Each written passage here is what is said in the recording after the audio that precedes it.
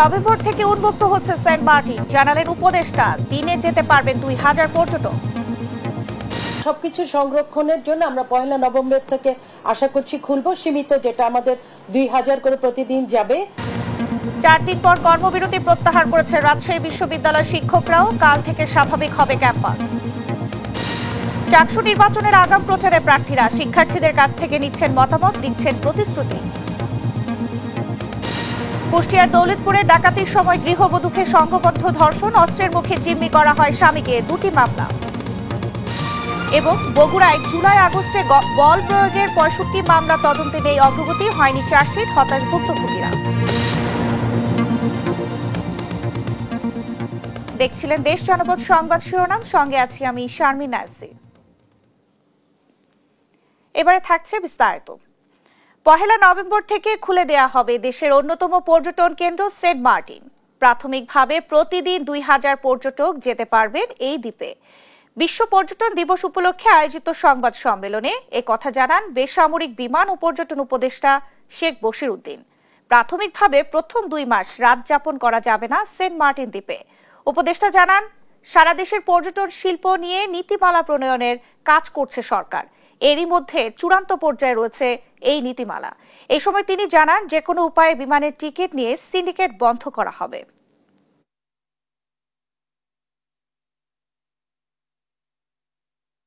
একাধারে যেমন পর্যটকদের নিরাপত্তা দিতে হবে, আর যেহেতু এটা আমাদের ইউএন ট্যুরিজমের একটা হেরিটেজ জায়গা, আমাদের প্রবাল সবকিছু সংরক্ষণের জন্য আমরা 1 নভেম্বর থেকে আশা করছি খুলবো, সীমিত যেটা আমাদের 2000 করে প্রতিদিন যাবে। এবং এই বিষয়ে একটা সফটওয়্যার আমরা অলরেডি তৈরি করেছি। এই সফটওয়্যার এখন ইন্টিগ্রেশন করে জাহাজ শিল্পের সাথে ইন্টিগ্রেশনের কাজটা চলমান আছে। আশা করি আমরা নির্দিষ্ট সময় এটা ওপেন করতে পারবো। রাজশাহী বিশ্ববিদ্যালয়ে কর্মবিরতি কর্মসূচি প্রত্যাহার ঘোষণা করেছে বিএনপিপন্থী শিক্ষকরা। বৃহস্পতিবার বিকেল 3:45টার দিকে কর্মসূচি প্রত্যাহারের ঘোষণা দেন জাতীয়তাবাদী শিক্ষক ফোরামের আহ্বায়ক অধ্যাপক ডক্টর আলিমউদ্দিন। জানান, উপাচার্যের আশ্বাসে সাময়িকভাবে কর্মসূচি প্রত্যাহার করা হয়েছে। দাবি পূরণ না হলে আবারও আন্দোলনে নামবেন তারা। এদিকে উপাচার্য সালেহ হাসান নকিব সবাইকে কাজে ফেরার আহ্বান জানিয়েছেন, যেন উৎসব মুখর পরিবেশে রাকসু নির্বাচন সম্পন্ন করা যায়।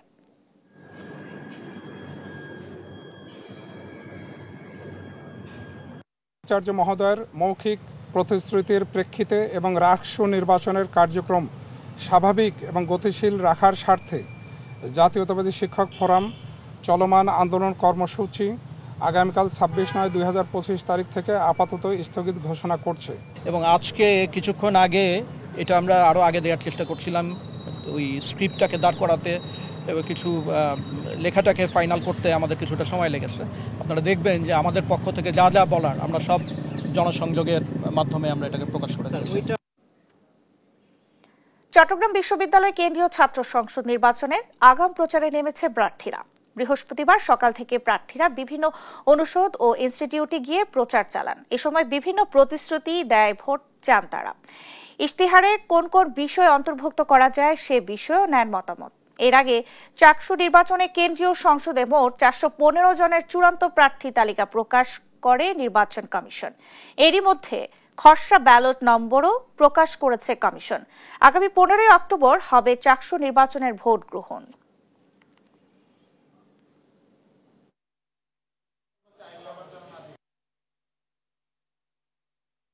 আমরা বাংলাদেশ জাতীয়তাবাদী ছাত্র দলের আমাদের চট্টগ্রাম বিভিন্ন ম্যাচ বা কলেজগুলোতে আমরা সবসময় দিন এবং রাত্রে গেছি তাদের নিরাপত্তা নিশ্চিত করার জন্য। অনেক শিক্ষার্থী যখন কলেজ ম্যাচে থাকবে তো আমরা অবশ্যই তাদের কাছে যাবো এবং তাদের কাছ থেকে দোয়া নিব। প্রচারণা আনুষ্ঠানিকভাবে শুরু করলাম, তো আমরা শিক্ষার্থীদের মধ্যে থেকে ব্যাপক সাড়া পাচ্ছি, কারণ তারা জানে তাদের অধিকারের প্রশ্নে অতীতে তারা বেশি পাশে ছিল। বরিশালে ইউএনডিপির প্রতিনিধি দল নিয়ে আদালত পরিদর্শন করেছেন প্রধান বিচারপতি ডক্টর সৈয়দ রিফাত আহমেদ। বৃহস্পতিবার সকাল 9টায় বরিশাল জেলা ও দায়রা জজ আদালত পরিদর্শন করেন তিনি। এ সময় ইউএনডিপির প্রতিনিধি দলের 7 সদস্য উপস্থিত ছিলেন। বরিশাল জেলা ও দায়রা জজ ফারুক হোসেন জানান, ইউএনডিপি আয়োজিত বিভাগীয় শহরগুলোতে সেমিনারে অংশ নিচ্ছেন প্রধান বিচারপতি। তারই ধারাবাহিকতায় বৃহস্পতিবার বরিশাল বিভাগে আসেন প্রধান বিচারপতি ও ইউএনডিপির প্রতিনিধি দল। বরিশাল আদালত পরিদর্শন করে সন্তুষ্টি জানিয়েছেন প্রধান বিচারপতি।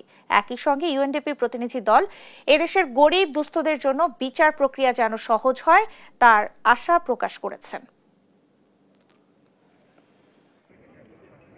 লিগ্যাল এড থেকে শুরু করে ন্যায়কুঞ্জ এবং আমাদের যে কার্যক্রম সেগুলো স্যার অবলোকন করেছেন এবং স্যারের সাথে এই যে আমাদের ডেভেলপমেন্ট পার্টনার ছিল যারা বিদেশি ছিলেন তাদেরকে নিয়ে স্যার করেছেন। তারা মেইনলি ফোকাস করে আমাদের দেশে যারা গরিব দুঃখী বিচার প্রার্থী রয়েছে তারা কিভাবে বিচার অ্যাক্সেস টু জাস্টিস এবং সহজে যাতে বিচার পেতে পারে এইগুলো উপরে বেসিক্যালি তাদের থাকে ফোকাস থাকে। তো সেই হিসাবে তারা আসছে।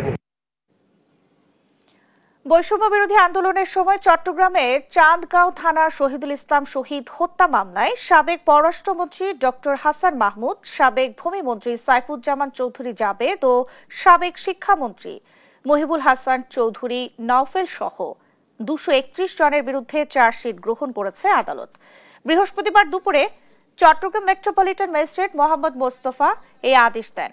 চট্টগ্রাম মেট্রোপলিটন আদালতের সহকারী পাবলিক প্রসিকিউটর জানান, শহীদ হত্যা মামলার বাদী শফিকুল ইসলাম চার্জশিটের বিরুদ্ধে নারাজি আবেদন করেছিলেন।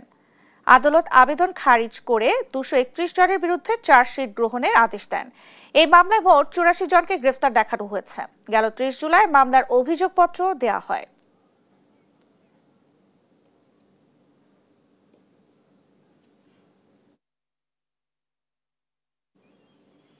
নারায়ণগঞ্জের রূপগঞ্জে একটি জুটের গোডাউন থেকে 2025 সালের সরকারি বই জব্দ করেছে পুলিশ।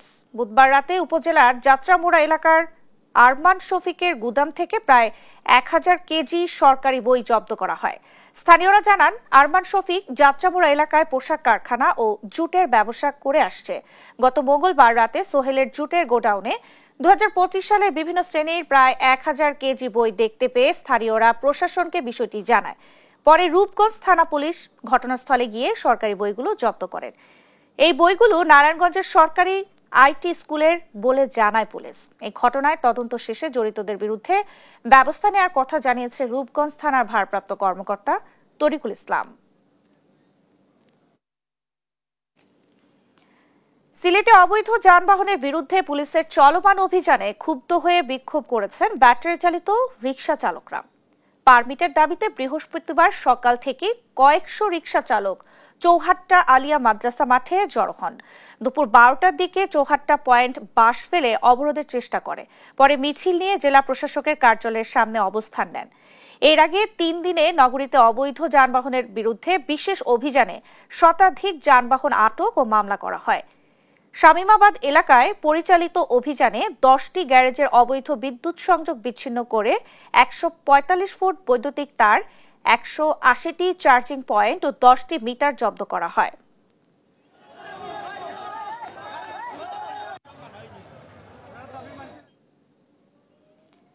কুষ্টিয়ার দৌলতপুরে গভীর রাতে ডাকাতি করতে এসে স্বামী ও পরিবারের সদস্যদের অস্ত্রের মুখে জিম্মি করে এক গৃহবধূকে সংঘবদ্ধ ধর্ষণের ঘটনা ঘটেছে। এ সময় লুট করা হয়েছে স্বর্ণালংকার সহ প্রায় কয়েক লক্ষ টাকার মালামাল। ডাকাতদের ভয়ে ঘটনাটি ধামাচাপা থাকলেও 1 সপ্তাহ পর বিষয়টি জানাজানি হয়। পরে শ্বশুর ও গৃহবধূর পক্ষ থেকে 2টি মামলা করা হয়। চরম আতঙ্কে দিন পার করছেন ভুক্তভোগী পরিবারটি। নাহিদ হাসান তিতাসের রিপোর্ট। গেল 15 সেপ্টেম্বর গভীর রাতে 8-10 জনের একটি ডাকাত দল ডাকাতি করতে আসে কুষ্টিয়ার দৌলতপুর উপজেলার হোগলবাড়িয়া গ্রামে। অস্ত্রসহ ঢুকে পড়ে একটি বাড়িতে। এ সময় অস্ত্রের মুখে জিম্মি করে মুখ হাত পা বেঁধে ফেলা হয় পরিবারের পুরুষ সদস্যদের। পরে ডাকাত দলের সদস্যরা সংঘবদ্ধ ধর্ষণ করে ওই বাড়ির এক গৃহবধূকে। লুট করে নিয়ে যায় স্বর্ণালংকার সহ প্রায় কয়েক লাখ টাকার মালামাল। ডাকাতদের ভয়ে ঘটনাটি চাপা থাকলেও 1 সপ্তাহ পর বিষয়টি জানাজানি হলে জেলা জুড়ে ব্যাপক চাঞ্চল্যের সৃষ্টি হয়। বর্তমানে চরম আতঙ্কে দিন কাটছে ভুক্তভোগী পরিবারের। আমার স্বামীর চোখ হাত বাঁধে ধর্ষণ করার পরে আমাকে ওই রুমে নিয়ে যায়। ওই রুমে তখন আমার স্বামীর কাছে দিয়ে আসলো। দিয়ে আসার পরে হলো ঘরে সিট কিনে বাড়ি দিয়ে সিট কিনে মারি দিয়ে ওরা চলে গেল। 2 বাবুতের হাত টান্দা করে বাঁধলো পিছমুড়া করে। বান্ধার পরে বললো যে চাচি আমরা চলে যাবো, এখন আপনারা কেউ কথার সাউন্ড করবেন না, যদি করেন কিন্তু বোম মারবো। এমন ন্যাক্কারজনক ঘটনায় এলাকায় সৃষ্টি হয়েছে চরম আতঙ্ক। জড়িতদের দৃষ্টান্তমূলক শাস্তির দাবি এলাকাবাসীর। আমাদের কাছে আমার এটাই অনুরোধ যে তারা যেন সঠিক বিচার করে। তদন্ত সাপেক্ষে প্রকৃত আসামিদেরকে দৃষ্টান্তমূলক শাস্তি চাই এবং সর্বোচ্চ শাস্তি চাই। বিষয়টি জানাজানির পর গেল 22শে সেপ্টেম্বর নির্যাতিতরা থানায় আলাদা দুটি মামলা করেন। এ ঘটনায় গ্রেপ্তার করা হয়েছে লাবু, সুবেল ও তারিক নামের 3 ডাকাতকে। জড়িত কাউকে ছাড় দেওয়া হবে না বলে জানায় পুলিশ। মামলার পরপরই আমরা দস্যুতা মামলায় 2 জন আসামি গ্রেপ্তার করি এবং ধর্ষণ মামলায় 1 জন অভিযুক্তকে গ্রেপ্তার করি এবং আমাদের অভিযান এখন অব্যাহত আছে। এ ঘটনার সঙ্গে জড়িত ডাকাত দলের বাকি সদস্যদেরও গ্রেপ্তারে অভিযান অব্যাহত রয়েছে বলেও জানায় পুলিশ। নাইদা সান্তিতাস, দেশ টিভি, কুষ্টিয়া। দেখছেন দেশ জনপদ সংবাদ।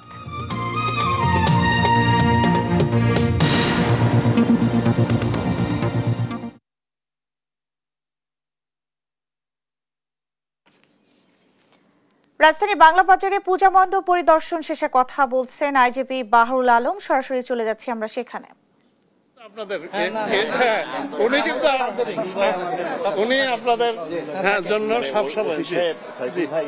উনি প্রতিদিন একবার করে ফোন দেবেন, প্রতিদিন একবার ফোন দেবেন এবং শুধু দুটো পূজা না, যে কোনো ধর্মীয় অনুষ্ঠান হলে পরে উনি হাজির হবে এসে। থ্যাংক ইউ আপনার সম্পর্কে।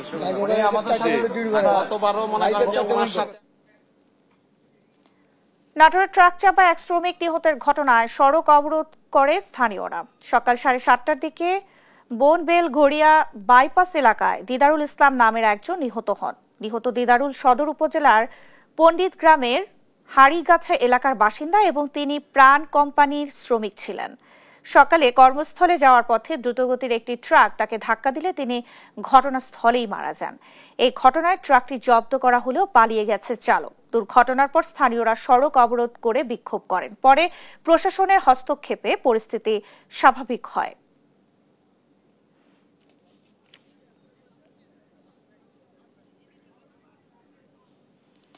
বগুড়ায় জুলাই আগস্ট গণ অভ্যুত্থানের পর বিভিন্ন থানায় ও আদালতে 18টি হত্যা মামলা সহ 65টি মামলা করে আহত ও ভুক্তভোগী পরিবারগুলো।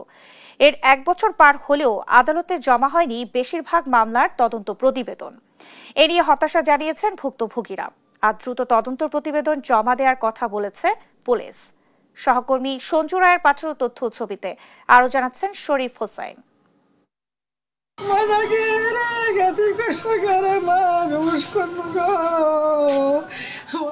জুলাই গণ অভ্যুত্থানের 1 বছর পার হলেও সন্তানের ছবি বুকে ধরে এখনো আহাজারি করেন বগুড়ায় শহীদ হওয়া কমরউদ্দিন বঙ্গীর মা জমেলা বেওয়া। সংসারের একমাত্র উপার্জনকারী রিক্সা চালক ছেলেকে আজও খুঁজে বেড়ান কল্পনার মাঝে। আমার অনেক দুঃখ বাবা, নিন নেই বাবা, ঘুমায় না বাবা, আমার ঘুম নেই, আমার কলজা, আমার ঘুম নেই। আমার বাবা আমার এসে ডেকেছিল, মা ওটা পাগি ওর তোর সাদা নিয়ে যাচ্ছি, ওটার কেউ কয় না বাবা গো, ওটার কেউ দেখে না। জমেলার মতো একই অবস্থা জুলাই আন্দোলন ও আহত পরিবারগুলোর। পুলিশের তদন্ত প্রতিবেদন দিতে বিলম্ব হওয়ায় ক্ষোভ জানান ভুক্তভোগীরা। আমরা চেয়েছিলাম এই 1 বছরের মধ্যে দৃশ্যমান কোনো বিচার, অন্তত আমরা চার্জশিটটা যেন হয়, কিন্তু আমরা আমাদের এই সরকার এবং গভর্নমেন্ট আমাকে আশাহত করেছে। যারা আমাদের উপর গণহত্যা চালাইছে, যারা একাধিক মানুষকে আমাদের জুলাই গণ অভ্যুত্থানকে হত্যা করছে, আমরা তাদের শাস্তি চাই। ঢাকার বাইরে জোরালো আন্দোলন ছিল বগুড়ায়। এতে অংশ নেয় শিক্ষার্থী, দিনমজুর, রিক্সা চালক সহ নানা শ্রেণী পেশার মানুষ। এতে শহীদ হয়েছিলেন 16 জন আর আহত প্রায় 1,500 ছাত্র জনতা। পরিসংখ্যান বলছে গেল বছর জুলাই আগস্ট গণ অভ্যুত্থানে দমনপীড়ন ও হত্যার ঘটনায় বগুড়ায় 65টি মামলা হয়। এর মধ্যে 18টি হত্যা মামলায় 999 জন ইজারভুক্ত আসামির মধ্যে গ্রেফতার করা হয়েছে 184 জনকে। বাকি 28টি হত্যা চেষ্টা ও 19টি আহতের মামলায় ইজারভুক্ত আসামি 1986 জন। এদের মধ্যে গ্রেফতার হয়েছে 415 জন আসামি। গ্রেফতারকৃত আসামিদের মধ্যে আছেন জেলা আওয়ামী লীগের শীর্ষ নেতা ছাড়াও সাবেক সংসদ সদস্য। পুলিশের তদন্ত দ্রুত শেষ করে বিচার কার্যক্রম শুরু করার দাবি আন্দোলনকারী ছাত্র জনতার। অতি দ্রুত চার্জশিট দিয়ে এই মামলাগুলোকে তদন্ত সাপেক্ষে গণহত্যার যে বিচার সেটিকে অতি দ্রুত বাস্তবায়ন করা আমরা মনে করি উচিত। বিচারিক কার্যক্রমে অগ্রগতির জন্য পুলিশকে তদন্ত প্রতিবেদন জমা দেওয়ার তাগিদ দিচ্ছেন পাবলিক প্রসিকিউটর। আর পুলিশ বলছে প্রতিবেদন প্রস্তুতির কাজ প্রায় শেষ পর্যায়ে। পুলিশ দ্রুতই একটা চার্জশিট দিবেন, যত তাড়াতাড়ি সম্ভব বিচারের কাতারে নিয়ে আসবার জন্য আমাদের যে চেষ্টা, সেটা আইনানুগ প্রক্রিয়া যেটা করার দরকার সেটা আমরা করবো ইনশাআল্লাহ। মামলাগুলো জেলা পুলিশ সুপার স্যারের নির্দেশনায় আমরা সর্বোচ্চ গুরুত্ব দিয়ে তদন্ত করতেছি। তদন্ত প্রায় শেষের দিকে, তদন্ত শেষে কোর্টে রিপোর্ট প্রদান করা হবে। পুলিশ জানায় 18টি হত্যা মামলার মধ্যে একটি মামলা ভুয়া ও আরেকটির ঘটনাস্থল গাজীপুর হওয়ায় চূড়ান্ত প্রতিবেদন দেওয়া হবে। প্রতিবেদনে ছাড় পাবে না কোনো অপরাধী, তবে বাদ যাবে নিরপরাধ ব্যক্তিদের নাম। মোহাম্মদ শরীফ হোসাইন, নিউজ ডেস্ক, দেশ টিভি। খাগড়াছড়িতে স্কুল ছাত্রীকে ধর্ষণের প্রতিবাদ ও ধর্ষণকারীদের দৃষ্টান্তমূলক শাস্তির দাবিতে পাহাড়ি শিক্ষার্থীদের ডাকে আধা বেলা সড়ক অবরোধ কর্মসূচি পালিত হয়। বৃহস্পতিবার সকাল 6টা থেকে শুরু হয় অবরোধ। সকাল থেকে খাগড়াছড়িতে দূরপাল্লার কোনো যানবাহন চলাচল করেনি। এতে ভোগান্তিতে পড়েছেন সাধারণ মানুষ। মঙ্গলবার খাগড়াছড়ির সিঙ্গিনারা এলাকায় প্রাইভেট পড়া শেষে বাড়ি ফেরার পথে একদল দুর্বৃত্ত স্কুল ছাত্রীকে চেতনানাশক দিয়ে অজ্ঞান করে সংঘবদ্ধ ধর্ষণ করে। পরে পরিবারের লোকজন খোঁজাখুঁজি করে পরিত্যক্ত স্থান থেকে তাকে উদ্ধার করে। এ ঘটনায় ভিকটিমের বাবা অজ্ঞাত 3 জনকে আসামি করে খাগড়াছড়ি সদর থানায় মামলা করেন। খাগড়াছড়ি সদর থানার ভারপ্রাপ্ত কর্মকর্তা আব্দুল বাতেন মৃধা জানান, সেনাবাহিনীর সহযোগিতায় পুলিশ স্বয়নশীল নামে একজনকে আটক করেছে। বাকিদের আটক করতে অভিযান চলছে।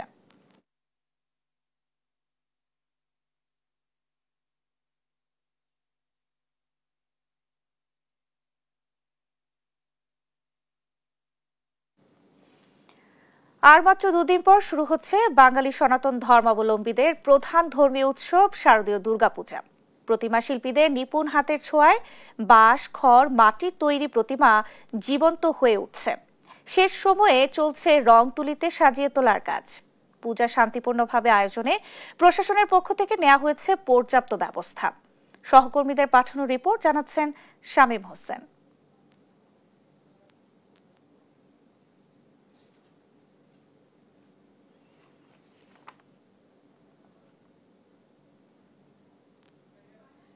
দর্শক, আমরা রিপোর্টটির জন্য অপেক্ষা করছি।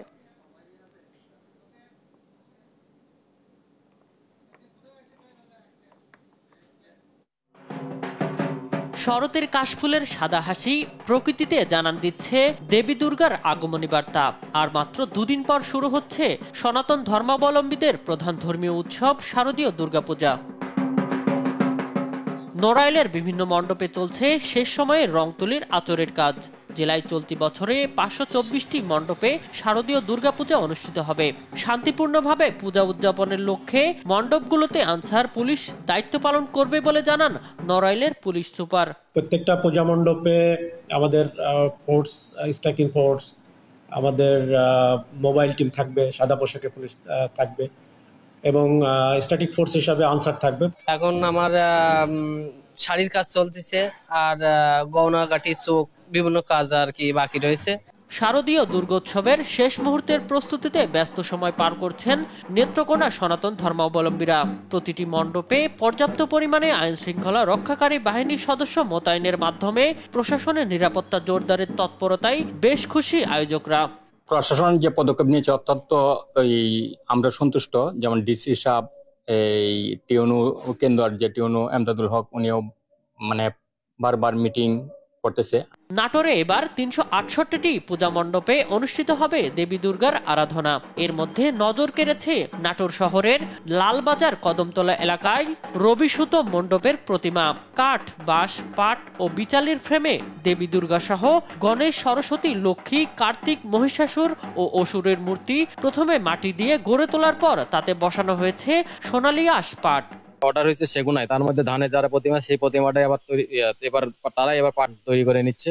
এবছর আমরা যে 4টা মন্দিরের যে প্রতিমা নিয়েছি, সেই মন্দিরের প্রতিমা তারা এসেছিল, দেখেছিল এবং তাদের সবকটি প্রতিমা পছন্দ হয়েছে। আমাদের সব মণ্ডপে সিসি ক্যামেরা থাকবে, ফায়ার এক্সটিংগুইশার থাকবে, তাদের টিম থাকবে। সনাতন ধর্মাবলম্বীদের সবচেয়ে বড় এই ধর্মীয় উৎসবটি উদযাপনে নারায়ণগঞ্জ, সিরাজগঞ্জ ও জয়পুরহাটেও চলছে শেষ মুহূর্তের প্রস্তুতি। নেওয়া হচ্ছে নানান ধরনের পদক্ষেপ। শামীম হোসেন, নিউজ ডেস্ক, দেশ টিভি।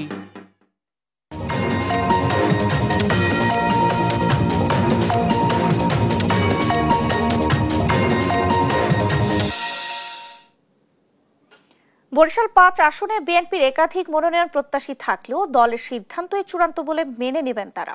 আর জামায়াত ও ইসলামী আন্দোলন বাংলাদেশ এরই মধ্যে আসনটিতে প্রার্থী ঘোষণা করেছেন। এনসিপিও নিজেদের অবস্থান শক্ত করতে কাজ করছে। আর জয়ের বিষয়ে আশাবাদী জাতীয় পার্টি। তবে ভোটাররা বলছেন দল নয়, যোগ্য প্রার্থীকে নির্বাচিত করবেন তারা। শাকিল মাহমুদের রিপোর্ট। বইতে শুরু করেছে নির্বাচনী হাওয়া। বিজয় নিশ্চিত করতে পুরোদমে মাঠে নেমেছে রাজনৈতিক দলগুলো। সম্ভাব্য প্রার্থীরা ভোটারদের মন জয় করতে দিচ্ছেন নানা প্রতিশ্রুতি। বরিশাল বিভাগের ২১টি আসনের মধ্যে সবচেয়ে আলোচিত আসন বরিশাল ৫। সদর উপজেলা ও সিটি কর্পোরেশন নিয়ে গঠিত এ আসনটি একসময় বিএনপির ঘাঁটি হিসেবে পরিচিত ছিল।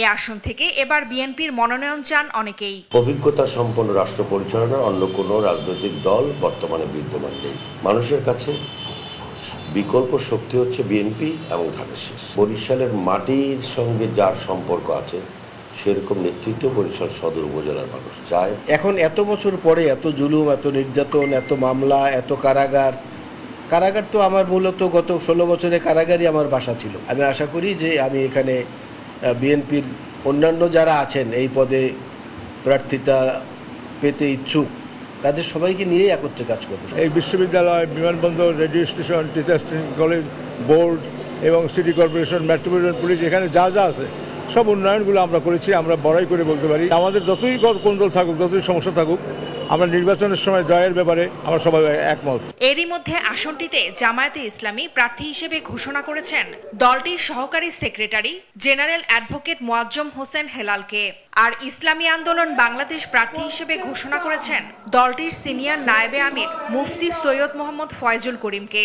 মানুষ আসলে কল্যাণকর একটি ব্যবস্থা চায়, নতুন শক্তি এবং আদর্শিক পরিবর্তনের মধ্য দিয়ে তারা জামাতে ইসলামকে বেছে নেবে বলে আমরা বিশ্বাস করতে চাই। পুরো এদেশের যারা শান্তিকামী, যারা এদেশকে নিরাপত্তা দিতে চায়, ডেভেলপ করতে চায়, উন্নয়ন করতে চায়, দুর্নীতি মুক্ত দেশ চায়, কল্যাণমুখী এক দেশ চায়, সাম্য, মানবিক মর্যাদা, সামাজিক ন্যায় বিচার প্রতিষ্ঠা করতে চায়, তারা অবশ্যই ইসলামের পক্ষে হাত পাখায় ভোট দেবে ইনশাআল্লাহ। নির্বাচনের মাঠে পিছিয়ে নেই এনসিপিও। নিজেদের অবস্থান আরো শক্ত করতে কাজ করছেন তারা। তরুণরাই বাংলাদেশকে সেই 53 বছরের আশার বাংলাদেশকে পরিণত করবে। দলের কাঠামোকে শক্তিশালী করার জন্য এবং সৎ এবং তরুণ নেতৃত্বকে উঠে আনার জন্য আমরা সর্বোচ্চ চেষ্টা করে যাচ্ছি। যদি জনগণ মনে করে যে এরশাদ সাহেবের আমলটা ভালো ছিল এবং জাতীয় পার্টির নেতৃবৃন্দ যারা আছেন তারা মারামারি, কাটাকাটি, হানাহানি, সন্ত্রাসের মধ্যে নাই, তাহলে জাতীয় পার্টিকে ভোট দিতেই পারে। জনগণ এখন একটা বিকল্প দলকে চাচ্ছে আসলে। ভোটাররা বলছেন দল নয়, যোগ্য প্রার্থীকেই এবার নির্বাচিত করবেন তারা। ৭১ এবং ২৪ যারা দুইটাই খুব ভালোভাবে ধারণ করে, আমরা চাই সেরকমের মানুষ আমাদের মধ্যে এসে নির্বাচন করুন। ওইরকম একটা ব্যক্তি চাই যার কাছে আমরা সবাই সবসময়ের জন্য সুবিধা অসুবিধার জন্য সবাই যাইতে পারি। সব ধরনের প্রস্তুতি চলছে বলে জানায় নির্বাচন কমিশন। ইতিমধ্যে ভোট কেন্দ্রসমূহ আমরা যাচাই বাছাই করছি চূড়ান্ত করার লক্ষ্যে।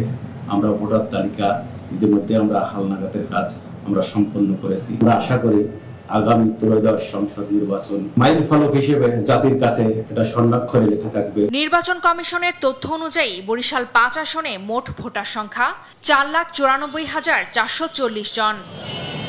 ফারজানা আফরোজ টুম্পা, নিউজ ডেস্ক, দেশ টিভি। দেখছেন দেশ জনপদ সংবাদ।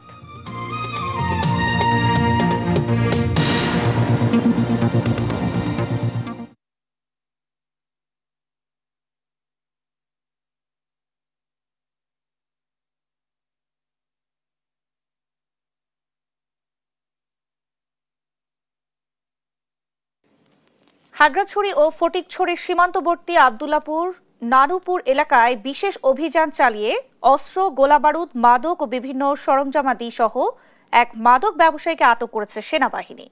বুধবার রাতে গোয়েন্দা তথ্যের ভিত্তিতে ২৪ আর্টিলারি ব্রিগেড ও গুইমারা রিজিয়নের আওতাধীন লক্ষ্মীছড়ি জোনের সেনা সদস্যরা এই অভিযান পরিচালনা করে। অভিযানে সেনার টহল দল একটি শর্টগান, 303 রাইফেলের 2 রাউন্ড, পিস্তলের 6 রাউন্ড ও শর্টগানের 7 রাউন্ড গুলি, ব্লাঙ্ক অ্যামুনিশন 1 রাউন্ড, শর্টগানের 11টি ফায়ারকৃত কার্তুজ, ইয়াবা, ধারালো অস্ত্র, মোবাইল ফোন এবং বডি ক্যামেরা সহ বিভিন্ন সরঞ্জাম জব্দ করে। শান্তি, নিরাপত্তা ও স্থিতিশীলতা রক্ষায় এই ধরনের অভিযান অব্যাহত থাকবে বলেও সেনাবাহিনী জানায়। বাংলাদেশ কৃষি বিশ্ববিদ্যালয়ের গবেষণা প্রকল্পের আওতাধীন খামার থেকে 13টি ভেড়া চুরি হওয়ায় বন্ধ রয়েছে গবেষণা কার্যক্রম। এতে হতাশায় শিক্ষক শিক্ষার্থীরা। প্রায় এক সপ্তাহ পেরিয়ে গেলেও উদ্ধার হয়নি চুরি হওয়া ভেড়া। ইলিয়াস আহমেদের তথ্য ছবিতে আরো জানাচ্ছেন ফাতেমা তাসনিম। 2011 সালে বাংলাদেশ কৃষি বিশ্ববিদ্যালয়ের গবেষণা প্রকল্পের আওতায় স্বল্প পরিসরে ভেড়া নিয়ে গবেষণা শুরু করে বিশ্ববিদ্যালয় কর্তৃপক্ষ। গেল 17 সেপ্টেম্বর রাতে বিশ্ববিদ্যালয়ে মৎস্য বিজ্ঞান অনুষদের গেটের পাশে খামার থেকে গবেষণার দরপার ও গাড়ল জাতের 13টি ভেড়া চুরি হয়। এর আগে 1 সেপ্টেম্বর ব্রহ্মপুত্র এক্সপ্রেস ট্রেনে কাটা পড়ে এই গবেষণা প্রকল্পের 22টি ভেড়া। এতে বন্ধ রয়েছে বিশ্ববিদ্যালয়ের স্নাতক, স্নাতকোত্তর ও পিএইচডি পর্যায়ের শিক্ষার্থীদের গবেষণা। আমাদের জন্য অত্যন্ত প্রয়োজন এবং আমার যে গবেষণার কাজ এখনো কিছু বাকি আছে সেগুলো এখন আমি প্রায় এক প্রকার বন্ধ হওয়ার পথে। এটি বিশ্ববিদ্যালয়ের জন্য অপূরণীয় ক্ষতি বলে জানায় অধ্যাপক রফিকুল আলম। এটা অপূরণীয় ক্ষতি। নতুন একটা অ্যানিমাল আনলেও তো আবার সেই গবেষণার কাজগুলো প্রথম থেকে শুরু করতে হবে বা কোন একটা পর্যায় থেকে, আর এগুলোর উপরে তো কাজ চলছিল। প্রায় এক সপ্তাহ পেরিয়ে গেলেও উদ্ধার হয়নি চুরি হওয়া ভেড়া। তবে উদ্ধার অভিযান অব্যাহত রাখার কথা জানায় পুলিশ। অনেকটাই আমরা দ্বারপ্রান্তে আর কি, আশা করি টোটাল বিষয়টাই আমাদের ডিটেকশন হবে। শিক্ষার্থীদের গবেষণার পাশাপাশি ময়মনসিংহ বিভাগে উন্নত জাতের ভেড়া উৎপাদন বৃদ্ধিতে 2011 সাল থেকে বিদেশি অর্থায়ন ও সিটি ব্যাংকের সহায়তায় প্রকল্পটি শুরু করে কৃষি বিশ্ববিদ্যালয় কর্তৃপক্ষ। নিউজ ডেস্ক, দেশ টিভি। কুষ্টিয়ার নবাগত জেলা প্রশাসকের সঙ্গে বীর মুক্তিযোদ্ধা, জনপ্রতিনিধি, রাজনৈতিক ব্যক্তিত্ব সহ সুশীল সমাজের মতবিনিময় সভা হয়েছে। উপজেলা প্রশাসনের আয়োজনে বৃহস্পতিবার সকাল 11টায় কুষ্টিয়ার ভেড়ামারা উপজেলা হল রুমে এই মতবিনিময় সভা হয়। এই সময় জেলা প্রশাসক আবু হাসনাত মোহাম্মদ আরিফিন নতুন বাংলাদেশ গড়ার লক্ষ্যে করণীয় সম্পর্কে দিক নির্দেশনামূলক বক্তব্য প্রদান করেন। সভায় ভেড়ামারা উপজেলা নির্বাহী কর্মকর্তা রফিকুল ইসলাম, মনি গ্রুপের চেয়ারম্যান মনিরুল ইসলাম সহ অনেকেই বক্তব্য রাখেন। পরে উপজেলা পরিষদ চত্বরে গাছের চারা রোপণ করেন জেলা প্রশাসক। মাদক চোরাচালানের সাথে জড়িত এবং শক্ত লোকেরা, কিন্তু তাদেরকে কিন্তু অ্যারেস্ট করেছে। সুতরাং হচ্ছে আপনারা এই তালিকা দেন, আমরা আমাদের অভিযান পরিচালিত করবো। পুলিশ আছে, পুলিশ থাকলে র্যাব আছে, র্যাব না থাকলে সেনাবাহিনী আছে, আমরা অবশ্যই এটার পদক্ষেপ নেব। দেখছেন দেশ জনপদ সংবাদ।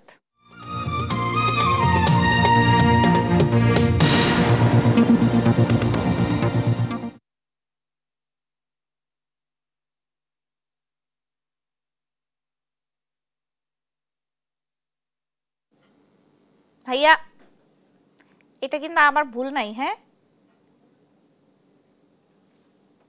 না না না। জয়পুরহাটে বেড়েছে চুরি, ডাকাতি, ছিনতাই, হত্যা সহ বিভিন্ন অপরাধ। থানায় মামলা বা অভিযোগ করেও প্রতিকার পাচ্ছেন না অনেক ভুক্তভোগী। কেউ কেউ গ্রেফতার হলেও বেশিরভাগ অপরাধী থাকছে ধরাছোঁয়ার বাইরে। মাদকের কারণেই অপরাধ বাড়ছে বলে মনে করেন রাষ্ট্রপক্ষের আইনজীবী। আর অপরাধ দমনের সর্বোচ্চ গুরুত্ব দিয়ে কাজ করছে বলে দাবি করেছে পুলিশ। রেজাউল করিম রেজার পাঠানো তথ্য ছবিতে আরো জানাচ্ছেন অঙ্কন চৌধুরী। জয়পুরহাটের শান্তিনগর এলাকার বাসিন্দা বুলবুল মিয়া মানিক গেল 8 আগস্ট বাড়ির সামনে তার পালসার মোটরসাইকেল রেখে নামাজে যান। ফিরে দেখেন তার মোটরসাইকেলটি নেই। এর আগে 26 জুন আদালতের আইনজীবী সমিতি চত্বর থেকে হারিয়ে যায় আরেকটি মোটরসাইকেল। গেল 9 সেপ্টেম্বর রাতে শহরের হাউজিং এস্টেটের একটি বেসরকারি বীমা কোম্পানির অফিসের জালনা গ্রিল কেটে চুরির ঘটনা ঘটে। সব মিলিয়ে চলতি বছর আগস্ট পর্যন্ত জেলায় হত্যা মামলা হয়েছে 19টি ও চুরি, ডাকাতি, ছিনতাইয়ের মামলা হয়েছে 70টি। এছাড়া থানায় জিডি ও অভিযোগ দায়েরের সংখ্যাও কম নয়। তবে অনেক ঘটনাই অভিযোগ করে না ভুক্তভোগীরা। বিভিন্ন ধরনের অপরাধ বাড়ায় শঙ্কার কথা জানান স্থানীয়রা। আইন শৃঙ্খলা বাহিনীর কঠোর নজরদারি ও হস্তক্ষেপ চান তারা। মোটরসাইকেল রেখে আমি জুমার নামাজ পড়তে যাই। জুমার নামাজ পরে এসে দেখি আমার Pulsar 150 CC blue colour motorcycle কে বা কারো চুরি করে নিয়ে গেছে। অফিসের জানালা কেটে চোরেরা ভিতরে প্রবেশ করে এবং তালা ভেঙে তছনছ করে এবং একটি ল্যাপটপ নিয়ে যায়। প্রশাসন যদি এখন এই তড়িৎ ব্যবস্থা না নেয় তাহলে আইন শৃঙ্খলার চরম অবনতি হওয়ার সম্ভাবনা রয়েছে। চোর প্রবেশ করে আমার বাসা থেকে মোবাইল চুরি করে নিয়ে যায়। আইন শৃঙ্খলা পরিস্থিতি অবনতির দিকে চলে যাচ্ছে। মাদকের কারণে জেলায় চুরি ডাকাতি ছিনতাই সহ অপরাধ কর্মকাণ্ড বাড়ছে বলে মনে করছেন রাষ্ট্রপক্ষের আইনজীবী। দ্রুত ব্যবস্থা নেওয়ার দাবিও জানান তিনি। মাদকের কারণে দেশে কিন্তু সবচেয়ে বেশি অপরাধ সৃষ্টি হচ্ছে। এটাকে রোধ করার জন্য আইন শৃঙ্খলা বাহিনীকে পূর্বের চেয়ে আগের চেয়ে আরো অ্যাক্টিভ হতে হবে। আর জেলায় আইন শৃঙ্খলা পরিস্থিতি উন্নতি ও অপরাধ দমনের সর্বোচ্চ চেষ্টার কথা জানান পুলিশ সুপার। আমরা চেষ্টা করে যাচ্ছি আন্তরিকভাবে যাতে জয়পুরহাটে আইন শৃঙ্খলা পরিস্থিতি নিয়ন্ত্রণে থাকে। তবে শুধু কথায় নয়, বাস্তবে আইন শৃঙ্খলার উন্নতি দেখতে চান এলাকাবাসী। অঙ্কন চৌধুরী, নিউজ ডেস্ক, দেশ টিভি। পটুয়াখালী সদর উপজেলার বদরপুর গ্রামের মৌকারণ ব্রিজ এলাকায় কচাবুনিয়া নদী থেকে অজ্ঞাত পরিচয়ের এক ব্যক্তির মরদেহ উদ্ধার করেছে পুলিশ। বৃহস্পতিবার সকাল 7টার দিকে স্থানীয়রা মরদেহটি ভাসতে দেখে প্রশাসনকে খবর দেন। পরে সিআইডি ও প্রশাসনের টিম ঘটনাস্থলে এসে মরদেহ উদ্ধার করে নমুনা সংগ্রহ করে। প্রত্যক্ষদর্শীরা জানান, জাহাজে কর্মরত শ্রমিকরা মরদেহটি ভেসে থাকতে দেখে এলাকাবাসীকে জানান। পটুয়াখালী সদর থানার তদন্ত অফিসার মোস্তাফিজুর রহমান জানান, এখনো লাশের পরিচয় শনাক্ত করা যায়নি। পরিচয় নিশ্চিতের চেষ্টা চলছে এবং তদন্ত সাপেক্ষে প্রয়োজনীয় ব্যবস্থা নেওয়া হবে।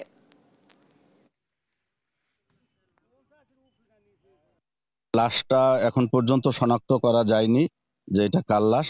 শনাক্ত করার ব্যাপারে আমরা বিভিন্ন মহলে, এটা ফেসবুক সহ শুরু করে বিভিন্নভাবে এটা বিভিন্ন মিডিয়ায় দেওয়া হয়েছে, বিভিন্ন লোকজনকে দেওয়া হয়েছে। সিআইডি টিম আছে আমাদের সাথে, পিবিআই টিম আছে, সকল টিম সহ আমরা তথ্য প্রযুক্তি সহ বিভিন্ন মাধ্যমে চেষ্টা করতেছি যাতে লাশটা শনাক্ত করা যায়। সিলেটে মেয়র পদে স্বতন্ত্র প্রার্থী হিসেবে নির্বাচন করায় ব্যবসায়ীর বিরুদ্ধে মিথ্যা মামলার প্রতিবাদে সংবাদ সম্মেলন করেছে ভুক্তভোগী পরিবার।